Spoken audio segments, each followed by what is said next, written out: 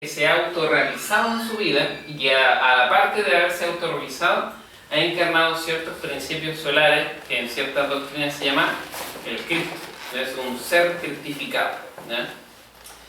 Buda también encarnó ese principio, logró estar en ese nivel porque encarnó al Buda. Así Krishna también es un ser cristificado, ¿ven? En el Egipto antiguo hablaban de los seres osirificados, ¿ya? Por ejemplo, porque no existía el concepto como Cristo como tal. Para ellos el sol representaba a Osiris Ra, ¿no? Entonces así sucesivamente está el estado superior de iluminación. Tenemos otro estado más bajo que es el estado del hombre, que no obedece a un género masculino, ¿ya? Sino que va más allá del género. El estado del hombre es el de un ser que se ha autorrealizado en sí. Es decir, aquella persona que ha logrado fabricar dentro de su interior eso que llamamos el alma. Ha ido eliminando sus yoes, sus imperfecciones, y ha logrado encarnar dentro de sí en su alma. Por ende, dentro de él puede expresarse ese principio superior que llamamos el ser, el Atman, el maestro interno. Más abajito nosotros tenemos otro estado que se llama el ser humano, que es una persona que tiene la capacidad de utilizar la lógica, el razonamiento, el sentido común, que tiene un grado de conciencia despierta. Y que justamente a través de ese grado de conciencia despierta que él tiene, que no es total, sino que es solo un porcentaje, tiene un comportamiento diferente al de toda la humanidad. Entonces, ese es el ser humano, una persona que tiene cierta sensibilidad con la vida, con la naturaleza, que es diferente a una persona que llora por todo. Es decir, muchas veces decimos una persona sensible a una persona que llora, pero en realidad no es eso, sino que sensibilidad es conectarse realmente con la creación. A ese concepto le llamamos sensibilidad, ¿ven? Inspirarse, por ejemplo, con un atardecer, con un bosque, con la naturaleza, con las estrellas. Eso es, por ejemplo, sensibilidad humana, ¿no? Diferente a emocionalismo. Y tenemos otro estado, que es el más bajo de todos, que es el de máquina humana, que es lo que vamos a hablar en el día de hoy. La máquina humana, el animal intelectual equivocadamente llamado hombre, el bípedo tricerebrado, es como justamente a nosotros se nos cataloga en este estado de conciencia. Porque nosotros tenemos un 3% de conciencia libre y tenemos un 97% de ego, de subconsciente. Entonces, en ese estado, nosotros nos vamos quedando realmente como una máquina. Fijémonos en una máquina. Pensemos cómo es una máquina. Por ejemplo, ¿qué características tiene una máquina? Una máquina tiene mecanismos, ¿ya? Como una lavadora, un computador, un celular. Tiene mecanismos, ¿ya? Cilindros. ¿Qué más tiene una máquina como característica principal? Que obedece a un programa, ¿ya? Yo voy a lavar la ropa y le pongo lavado, enjuague y centrifugado, ¿ya? Tiene un programa, ¿ya? El celular tiene un programa, donde inclusive podemos ir cargando más programas, ¿ya? El computador igual, todas las máquinas tienen un programa. Entonces, si nosotros eso lo asemejamos a la máquina humana, vemos que hoy en día, lamentablemente, nosotros como humanoides, como máquina humana, hemos sido programados. Hay un sistema que a nosotros nos ha programado, y ese sistema se llama sistema educativo, social, económico, político, religioso. Es un sistema, ¿ya? En ese sistema a nosotros se nos van insertando ideas, conceptos, dogmas, creencias, que van programando la máquina. ¿Y qué significa que van programando la máquina? Que desde muy chiquitito a nosotros se nos va diciendo: usted, Juanito, tiene que hacer esto y esto para triunfar en la vida. tiene que comprarse la casa, tiene que comprarse el auto, y si usted logra eso en la vida y saca un título, entonces Juanito va a ser triunfante. Si Juanito no logra eso en su vida, va a ser fracasado. ¿Ya? Entonces, son programas que a nosotros se nos van insertando. ¿Ya? También se nos van insertando programas a nivel sociológico, como nosotros tenemos que compartir con las personas. Hay personas, por ejemplo, que no tienen la capacidad de saludar a otras, ¿ya? Porque tiene otro programa, otro chip distinto. ¿Ya? Hay personas que son mal educadas, hay personas que no creen en Dios, hay personas que sí creen en Dios muy fervientemente, creen mucho en las Sagradas Escrituras. Son programas que se van insertando dentro de nuestro interior. ¿Ya? Hay dogmas en relación a eso. ¿Ya? Entonces, si nosotros vamos mirando cómo fue nuestra vida, ¿ya? Le voy a poner un ejemplo. Tenemos a Inocencio, ¿ya? Para no pasar a llevar ningún nombre. Inocencio, cuando era chiquitito, iba a cruzar la calle y estaba el semáforo en rojo. Entonces el papá lo alcanzó a agarrar y le dijo: oye, Inocencio, mira, ¿cómo se te ocurre a ti cruzar la calle si el semáforo está en rojo? Eres un tonto. Y lo regaña con palabras fuertes. ¿Ve? Inocencio va quedándose con una impresión de que lo que él hizo estaba mal y que a su vez él también era tonto. Después, en la escuela, Inocencio comparte con su amigo, un día tiene una prueba y en esa prueba le va mal. A lo mejor se sacó un 4, un 3. Y cuando llega a la casa, la mamá, el papá lo regañan y le dicen que es un tonto. Entonces, la idea de él, poco a poco, sin que los padres se den cuenta, sin que los profesores se den cuenta o el mundo se dé cuenta, se va configurando una idea en su máquina humana de que él es tonto. Y cuando él llega a terminar el cuarto medio, le dicen: Inocencio, ¿qué es lo que vas a estudiar tú? Y él dice: no, yo no voy a estudiar nada porque yo no tengo esas capacidades, yo soy un tonto. Siempre me saqué puros 4, puros 5 y pasé la escuela con abogado, etcétera, etcétera. Y entonces lo único que tengo que hacer es trabajar. Eso justamente sucede porque desde muy chiquitito se fue alimentando esa idea y esa idea configura un programa dentro de nuestro interior. ¿Sí? Este ejemplo que yo le he puesto sirve para muchas cosas. Hay personas, por ejemplo, que tienen 30, 40 años y no tienen pareja. ¿Por qué no tienen pareja? Porque no se sienten con la suficiente capacidad de ir y decirle a una persona: te quiero, me gustas, etcétera, etcétera. Porque desde chiquitito algo pasó y se fue configurando algo extraño dentro de esta máquina humana. Y así hay muchos aspectos. Nosotros tenemos un programa para vestirnos, tenemos un programa para hablar, tenemos un programa para los fines de semana, ¿no? Hay gente que llega el viernes y se activa el programa y quieren salir, quieren carretear, quieren tomar, quieren emborracharse, ¿no? Etcétera, etcétera. Así nosotros tenemos un programa para los días lunes, para la semana y para todo en nuestra vida.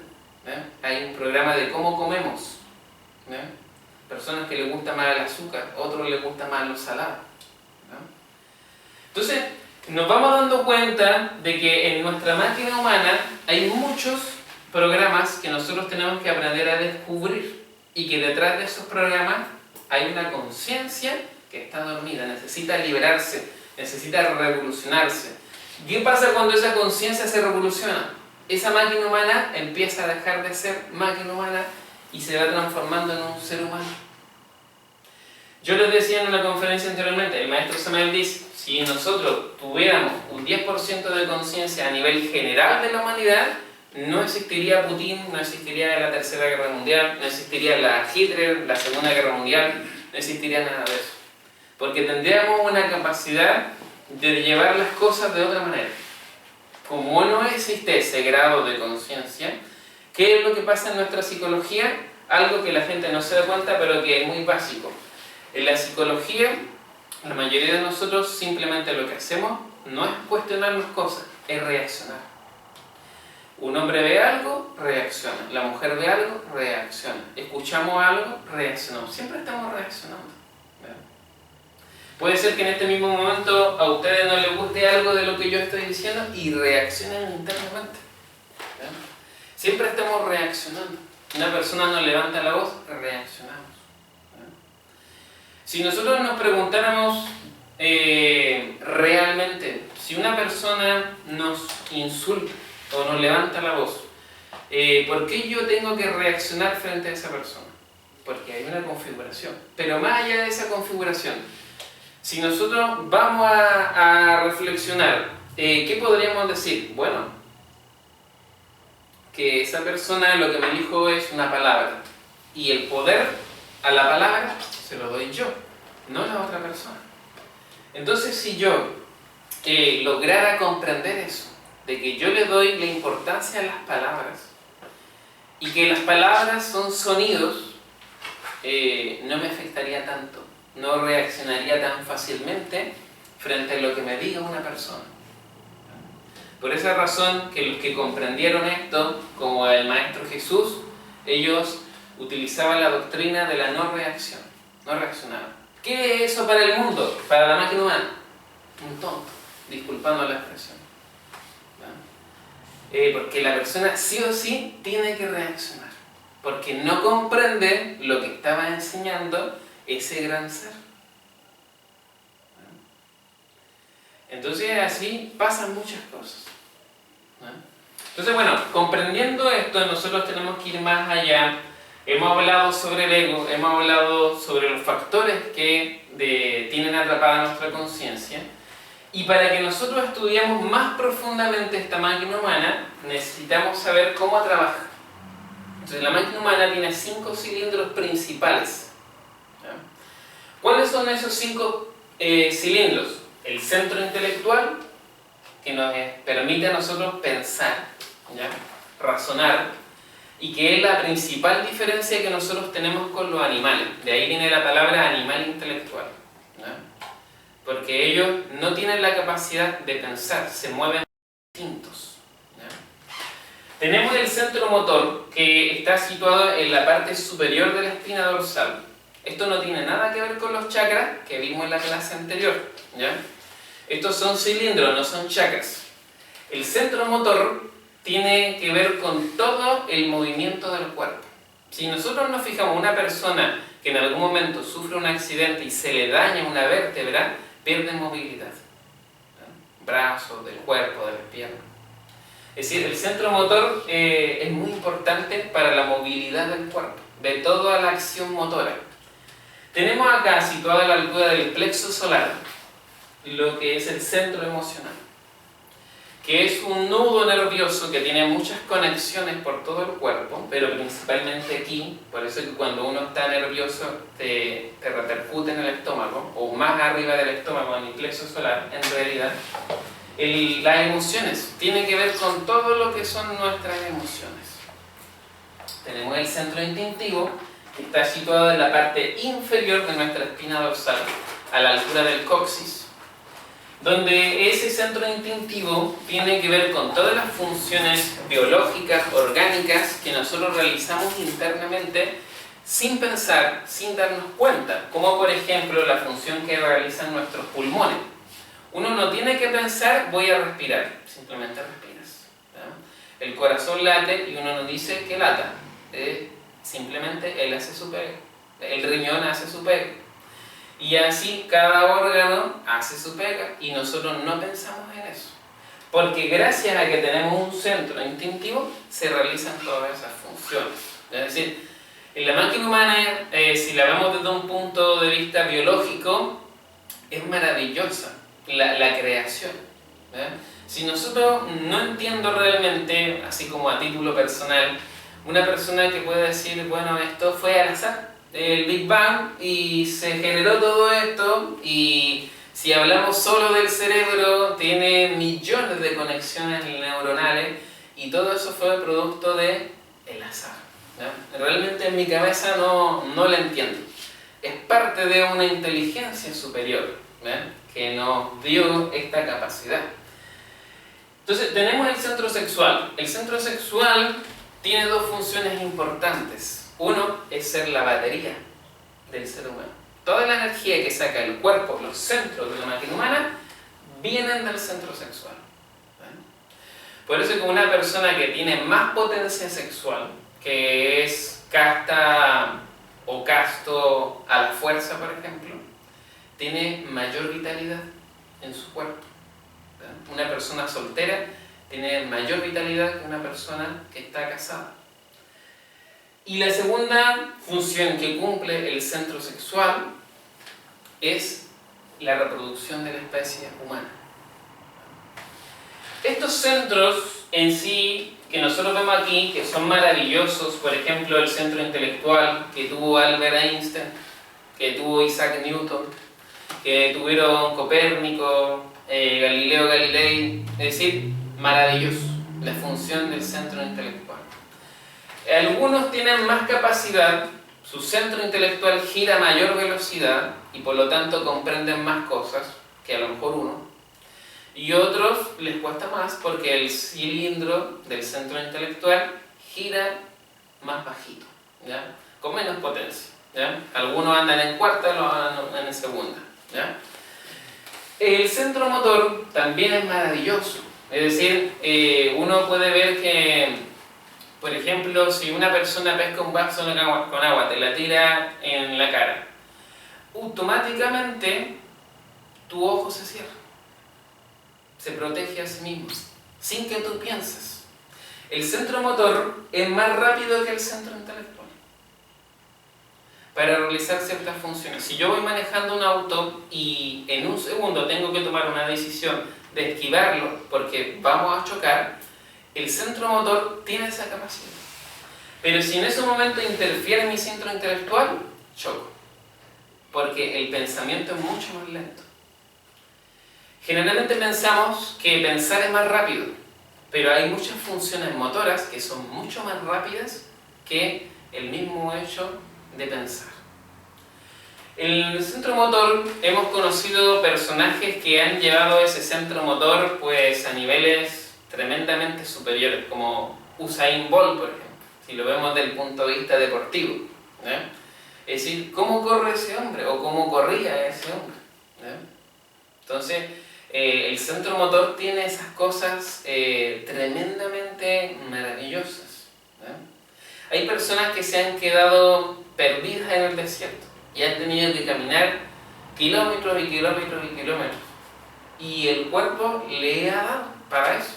El centro motor tiene capacidades que son maravillosas que nosotros ni siquiera imaginamos que se pudieran dar en nuestra vida.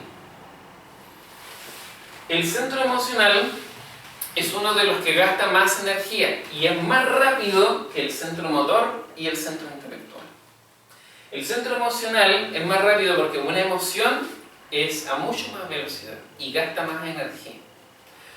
Nosotros tenemos dentro del sistema emocional emociones agradables y emociones desagradables, ¿ya? En nuestra vida. ¿Quién toma la batuta de esto? ¿Por qué muchas veces uno no puede sentir solo lo agradable y que no haya desagradable? Es porque nosotros tenemos ego. Entonces el ego hace que en cada uno de estos centros haya lo que se llama una dualidad. En el centro intelectual la dualidad es sí o no, afirmo o rechazo, creo en esto o no creo en esto. Y puede ser que hoy día crea y mañana no creo. Hoy día afirmo que creo firmemente en X político y mañana no lo creo. Es decir, el centro intelectual es dual. No siempre pensamos permanentemente la misma cosa, va cambiando. El centro motor también tiene sus dualidades. ¿Cuál es la dualidad del centro motor? Que a veces quieren estar en actividad. Oye, me voy a meter al gimnasio, voy a hacer deporte, voy a caminar, voy a correr, voy a trabajar.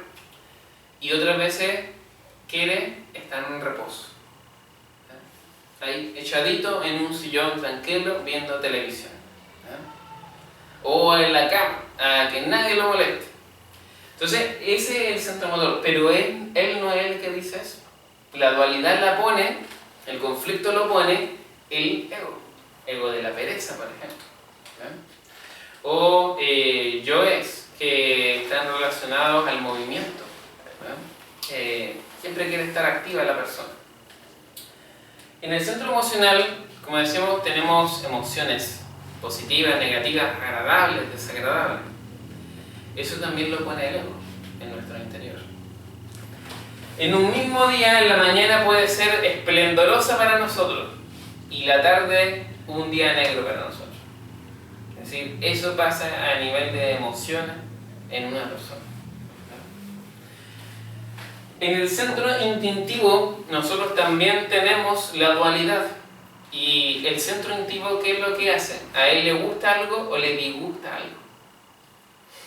¿Y cómo vemos esto? Lo vemos a través de los sentidos, como por ejemplo el paladar y el olfato.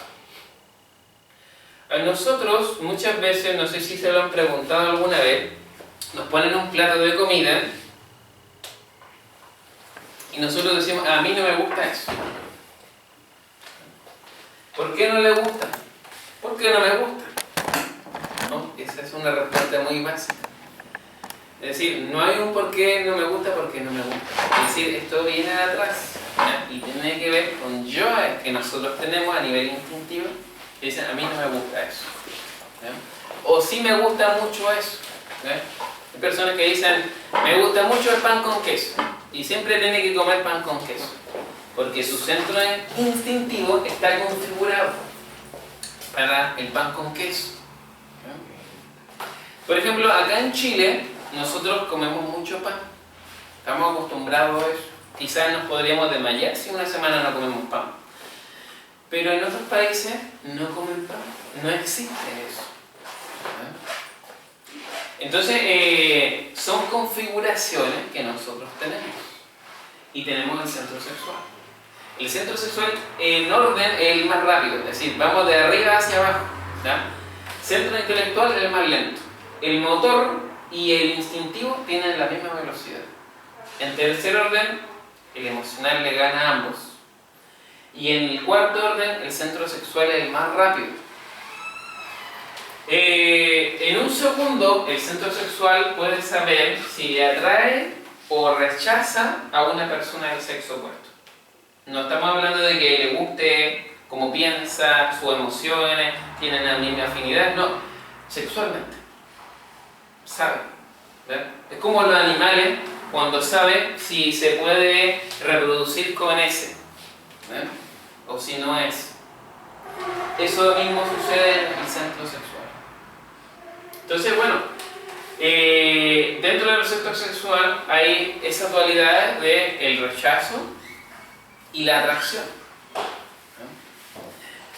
Bueno, estos centros nosotros los tenemos que ir viendo. Tenemos yoes que trabajan netamente a nivel intelectual y se alimentan de ese centro. ¿Ya? Por ejemplo, yoes pensadores, que a nosotros es como una vocecita que está en nuestra cabeza y que nunca nos deja en paz. Nos vamos a dormir, ponemos la cabeza a la almohada y está la vocecita siempre, ¿verdad?, en nuestro interior. Hay muchos yoes que se alimentan de eso, son yoes pensadores. Hay otros yoes que son intelectuales, es decir, les gusta una materia, les gusta un libro, otro libro, otro libro, otro libro. ¿Verdad?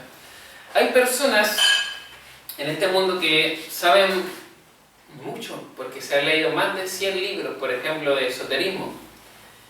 Quizás sabrán mucho más que lo que nosotros sabemos, que es poco, humildemente.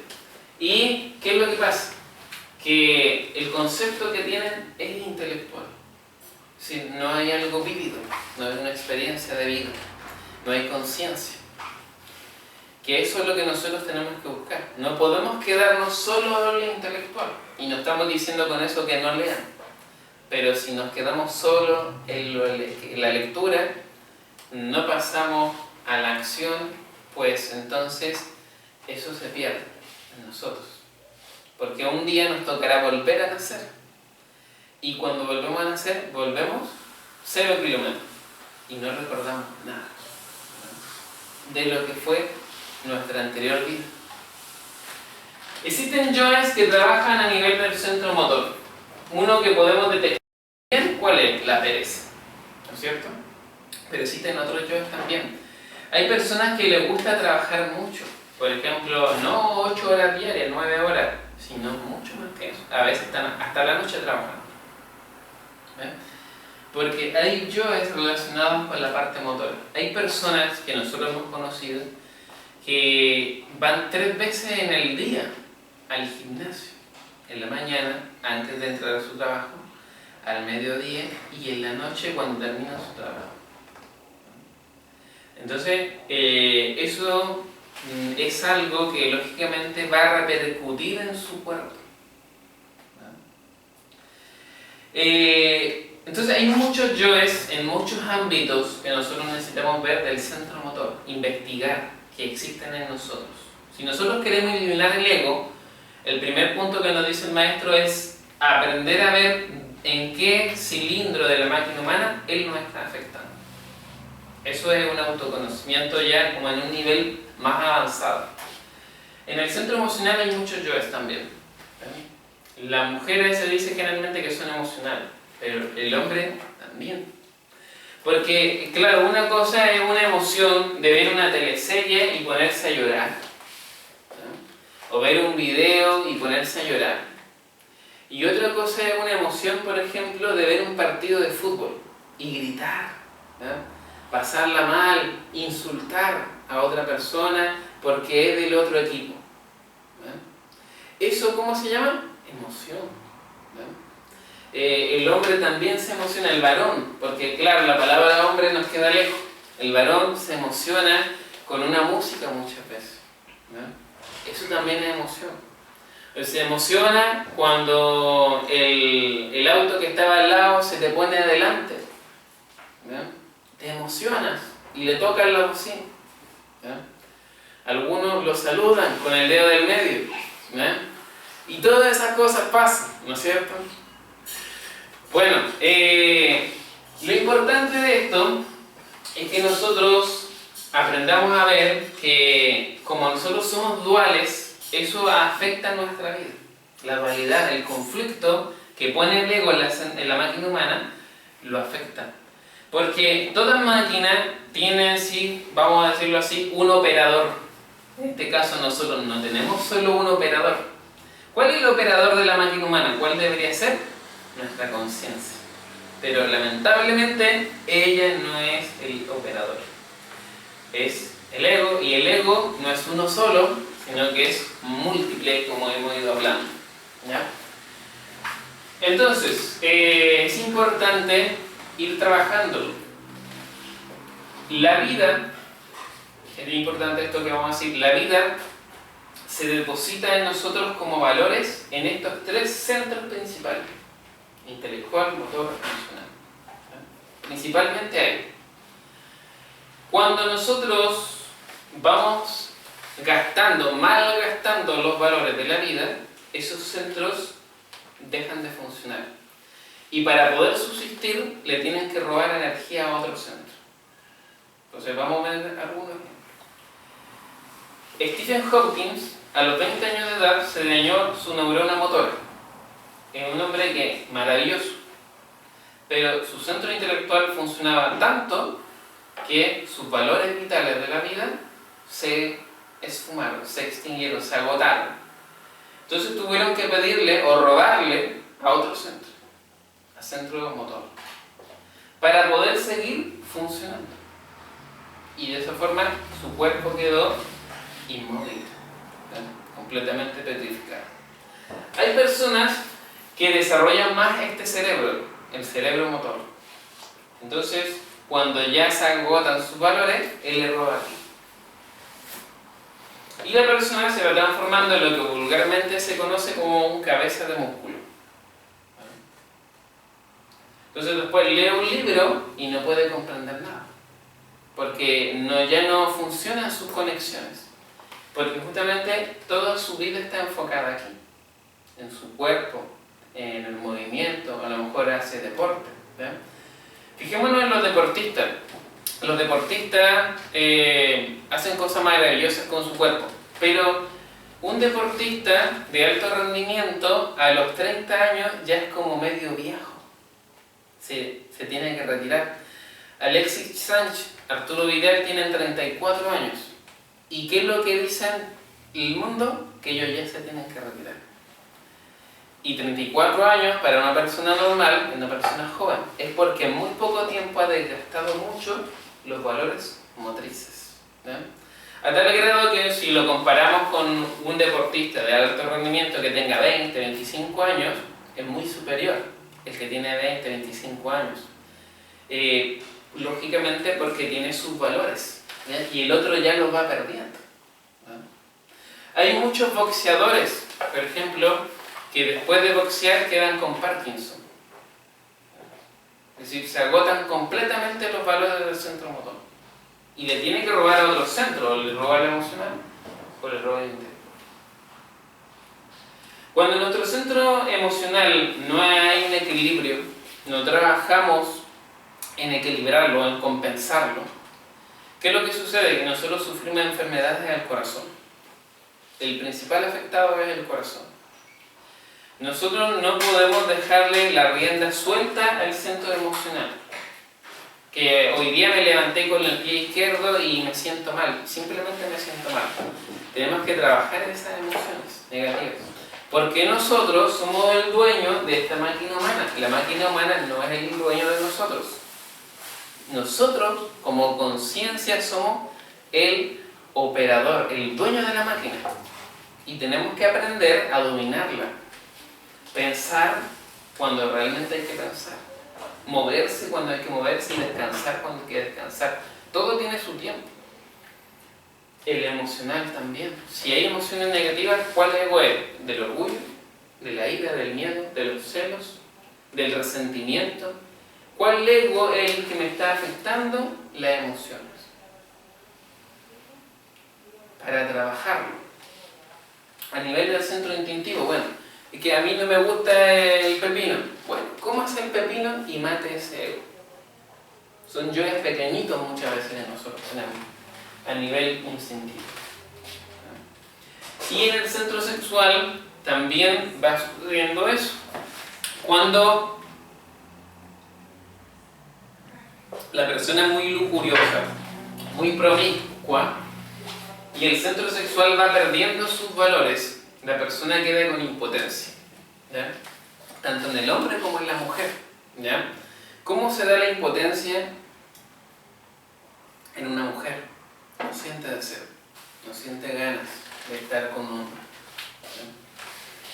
¿ya? No tiene ese impulso sexual. Bueno, eso es a nivel de los centros. Entonces, fíjense que los lamas tibetanos, dentro de sus enseñanzas, que es algo increíble lo que ellos hacen, ellos conocen la clave de la vida. ¿Cuál es la clave de la vida para ellos? Para durar muchos años. Es equilibrar los valores de estos centros. Entonces, por ejemplo, si ellos viven una vida donde si están mucho rato sentados, tienen que salir a caminar. Si ellos hacen una hora de meditación, después de eso hacen otra cosa. Es decir, van trabajando los centros. ¿Por qué razón? Porque generalmente una persona lo que hace es enfocarse en un solo centro a veces. Es decir, o todo el día le doy el centro motor, o le doy el centro emocional, o le doy el centro intelectual, pero me enfoco mucho en uno, dependiendo de mis características, inclusive dependiendo de mi signo zodiacal. Le voy dando más a uno, ¿y qué sucede con eso? Que se genera algo que para la ley divina se llama abuso de los centros. Y que cuando hay un abuso de los centros, viene la correspondiente consecuencia dentro de nosotros. ¿Ya? ¿Cuál es la consecuencia? De que en la próxima existencia, o inclusive en esta, todo va a depender de la ley, nosotros vamos a tener problemas. Entonces, generalmente un joven que malgaste su vida, cuando él sea mayor de edad, va a sufrir muchos achaques, muchos problemas. porque en su vida, en su juventud, malgastó. ¿Verdad? Hay una frase que dice el maestro Somel que es muy potente, pero es una gran verdad. Dice, el joven se encarga de malgastar la primera parte de su vida para hacer muy sufrida la segunda. Entonces, nosotros tenemos que ver causa y efecto en nuestra vida. Ahora, ¿qué es lo que pasa si nosotros malgastamos, abusamos de nuestros centros? En la próxima vida va a haber un karma, causa y efecto. Esto es algo que también lo vamos a ver en una clase posterior, pero igual lo voy a decir porque para que ustedes lo sepan, ¿ya? Si yo abuso de mi centro intelectual en esta vida, en la próxima vida voy a nacer con una enfermedad mental.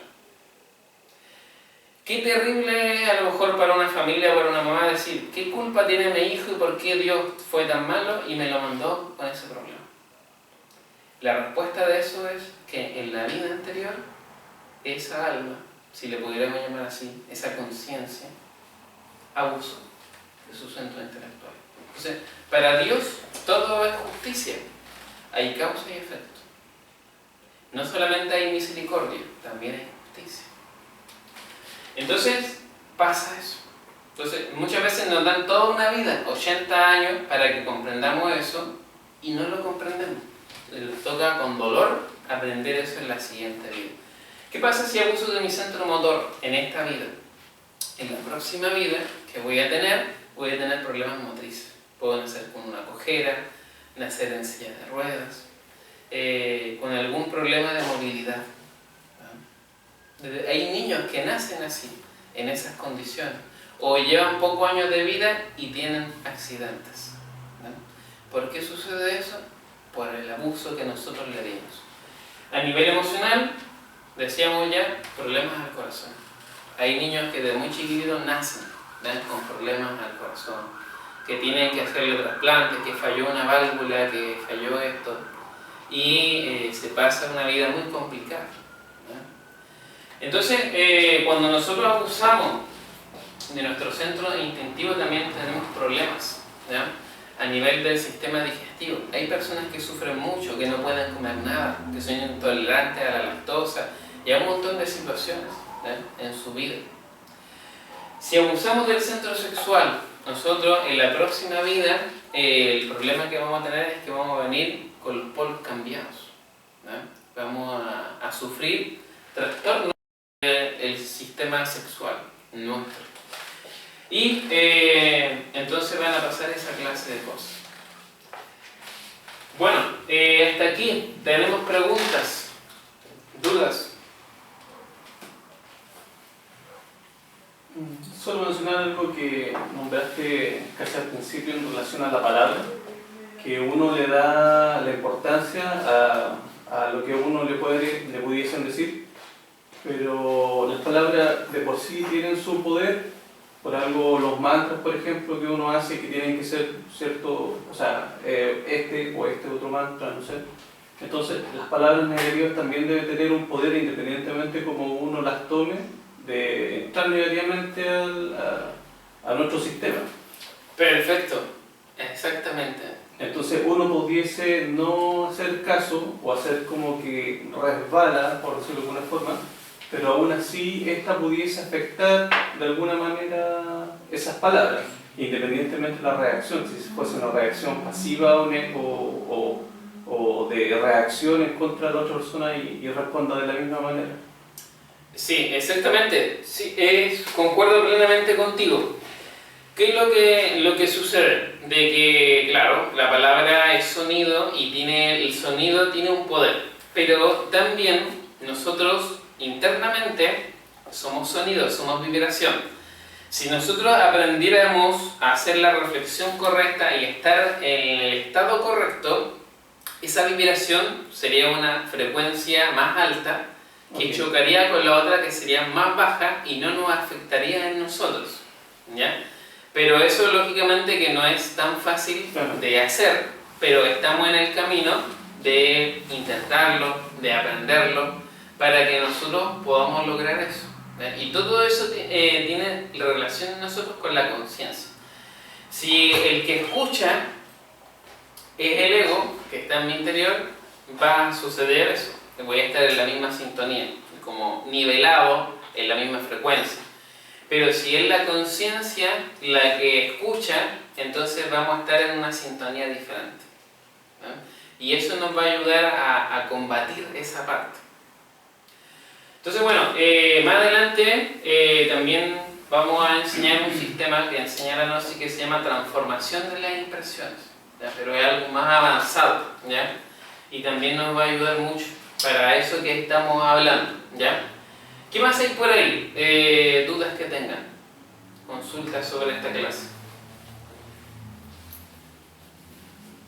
Dentro de las escalas que usted colocó ahí, por ejemplo, del superhombre hasta la parte del ego, ¿es posible que un ser humano llegue a una escala grande hoy en día, en estos tiempos por lo menos?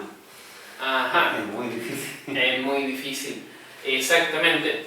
Sí, pero fijémonos, vamos a poner un planteamiento. Si una persona se propone en su vida correr 100 kilómetros, es difícil que lo pueda conseguir, ¿ya? De una sola vez. Pero si esa persona, a lo mejor de esos 100 kilómetros, corre la mitad, digamos, logró 50 kilómetros.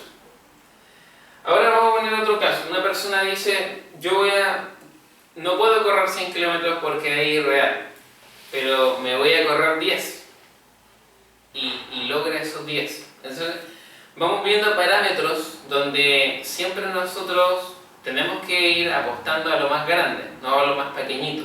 ¿Me entienden? Es como decir, hay personas en este mundo que dicen, no, yo voy a vivir en tal parte y voy a tener tal casa. Y lo logran, porque se propuso eso. O dice la persona, yo voy a tener tal auto. Y logra eso que es material, ¿no es cierto?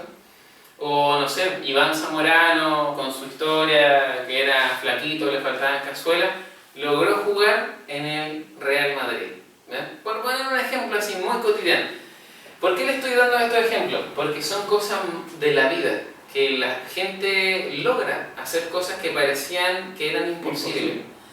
Lo mismo nosotros podríamos canalizarlo, pero a nivel espiritual. Es decir, eso mismo que podemos lograr materialmente, lograrlo espiritualmente. Dentro de esto hay personas, por ejemplo, no sé si es la conferencia correcta para contarlo, pero Samael Aun Weor, que es el maestro que yo le he contado, que nos ha vuelto a traer a la gnosis, a la luz del esoterismo en esta época. Él nació en Colombia en el año 1917 y se llamó Víctor Manuel Gómez, un nombre como cualquiera de nosotros.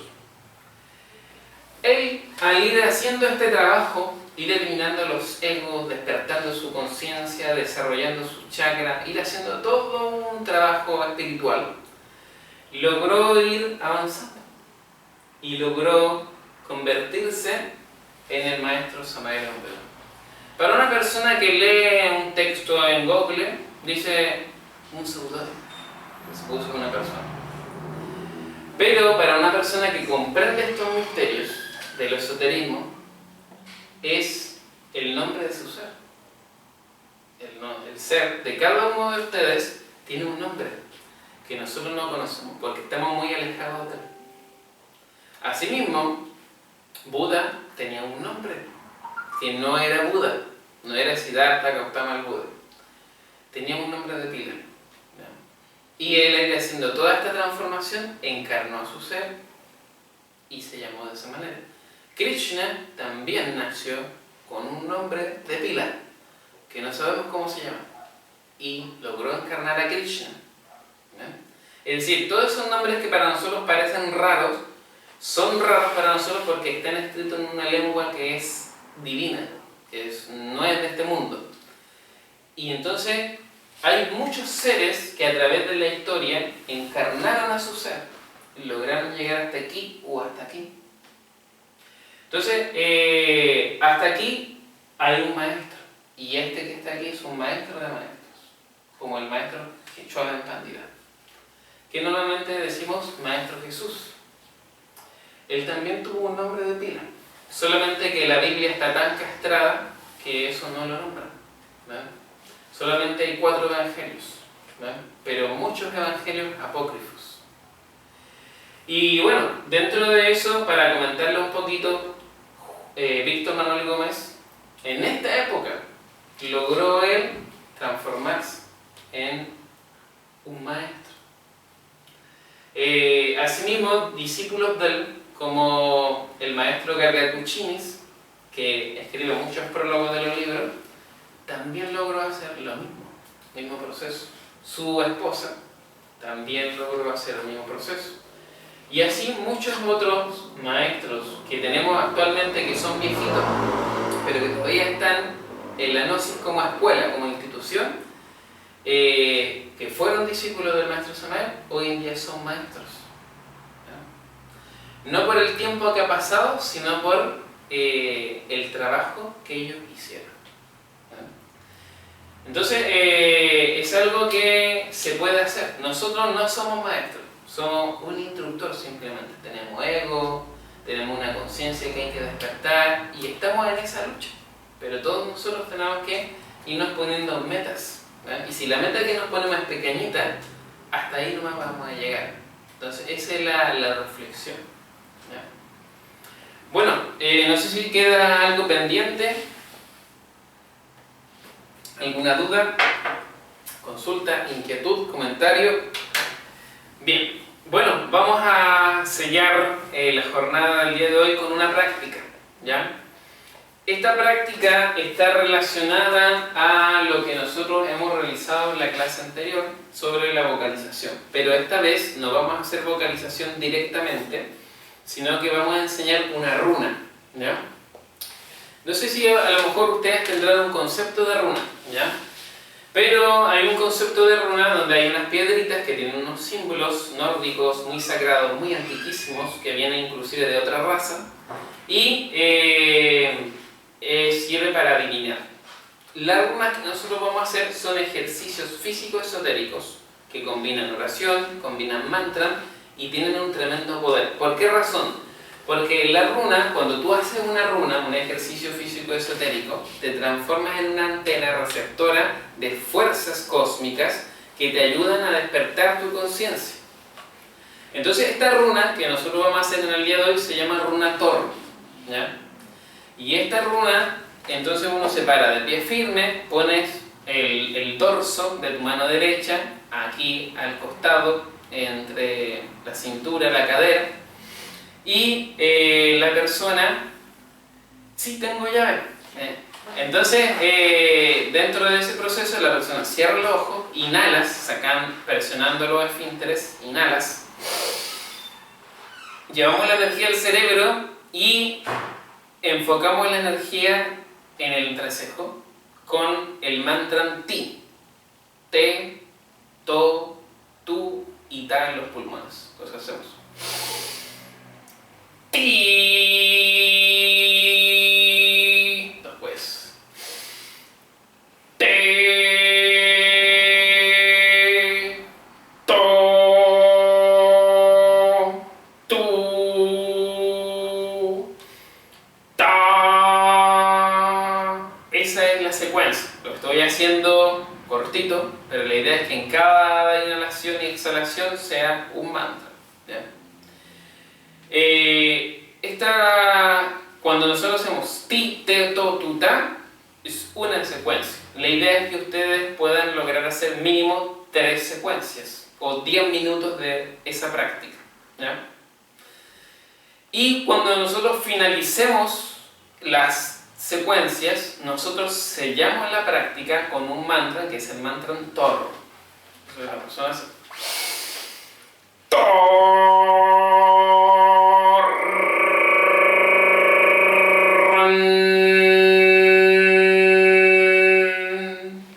de esa manera, ¿ya? Entonces vamos a pararnos, vamos a hacer la práctica y bien concentrados en cada uno de los chakras. Acuérdense de ir practicando la vocalización y que se aprendan el orden de los chakras. Entonces, ti, te, to, tu y ta en los pulmones. ¿Ya? Bien, vamos a hacerla mirando hacia el oriente. ¿Ya? Esa es una recomendación. Entonces, ponemos la mano derecha, el dorso de ella, en nuestra cadera y bien concentrados comenzamos. Pi.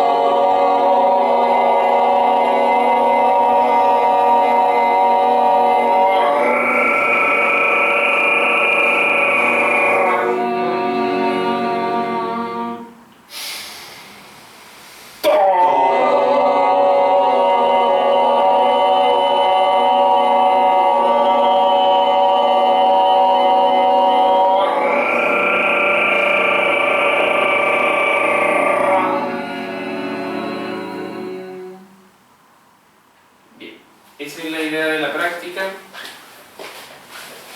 Las damas cuando están en su periodo no deben hacer estas prácticas porque están depurando su energía y se pueden contaminar con la misma. ¿Ya? Hacer como observación. Esta es una runa que uno se siente muy bien, muy poderoso, te inyecta energía y voluntad. Esta runa es para desarrollar la voluntad y el despertar de la conciencia. Entonces nos ayuda mucho, ¿ya? Así que bueno, nos vemos entonces el día lunes, ya para la siguiente conferencia. El día viernes, como ya va a ser Semana Santa, no va a haber conferencia, entonces es muy importante que vengan el día lunes, ¿ya? Y bueno, los felicito por su asistencia, así que muy buenos alumnos y nos estamos viendo. Una pregunta, el mantra Tom, ¿a dónde se centra? En el corazón. ¿Podrías, por favor, escribir el orden para mi fotografía?